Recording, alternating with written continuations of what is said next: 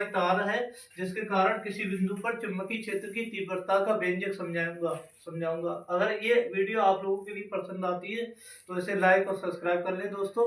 और अगर आपको कोई प्रश्न का इसमें अगर आपको कोई प्रश्न समझ में नहीं आता है तो कमेंट में उसको भेज दें, मैं उसके बारे में समझा दूंगा आप लोगों के लिए। ठीक है बेटा, देखो क्या करते हैं।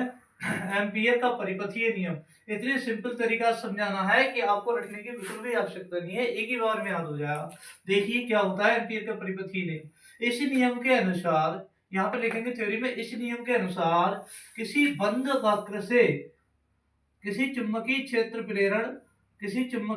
प्रेरण बी वेक्टर का, यहाँ लिखेंगे थ्योरी में, इस नियम अनुसार कॉमा लगा के इन्वर्टेड कॉमा में लिखेंगे, चुंबकीय क्षेत्र प्रेरण बी वेक्टर का बंद वक्र के लिए रेखीय समाकलन उसी बंद वक्र में, कोई बंद वक्र है, उसी बंद वक्र में प्रवाहित धारा I का, इस बंद वक्र में प्रवाहित धारा कितनी हो रही बेटा, I, उसी बंद वक्र में प्रवाहित धारा I का म्यू नॉट गुना होता है। समझ में आया? क्या लिखते हैं यहाँ पर, किसी इस नियम अनुसार चुंबकीय क्षेत्र प्रेरण बी वेक्टर का, चुंबकीय क्षेत्र प्रेरण बी वेक्टर का किसी बंद वक्र के लिए रेखीय समाकलन, किसी बंद वक्र के लिए एक इसका चिन्ह रेखीय समाकलन उसी बंद वक्र में प्रवाहित धारा I का म्यू नॉट गुना होता है।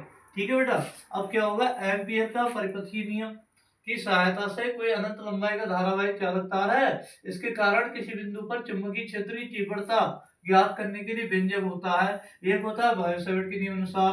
अब हम यहाँ एम्पियर के परिपथीय नियम के अनुसार ज्ञात करेंगे यहाँ पर बेटा। ठीक है, एम्पियर का परिपथीय नियम देखो क्या लिखेंगे, माना अनंत लंबाई का कोई धारावाही चालक तार है जिसमें I एम्पियर की वैद्युत धारा प्रवाहित हो रही है। इस तार से R दूरी पर कोई बिंदु P है जहां हमें चुंबकीय क्षेत्र की तीव्रता ज्ञात करनी है।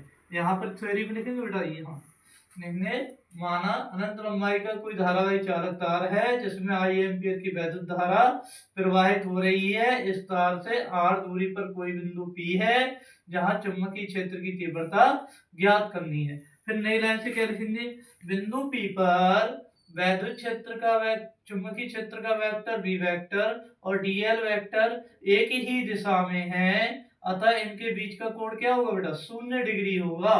ये जब दोनों एक डायरेक्शन में होंगे तो इनके बीच का एंगल यहाँ पर क्या होगा, 0 डिग्री होगा। अब क्या होगा, 0 डिग्री होगा। अतः संपूर्ण चुंबकीय क्षेत्र बी वेक्टर का संपूर्ण वृत्त के लिए, पूरे वृत्त के लिए रेखीय समाकलन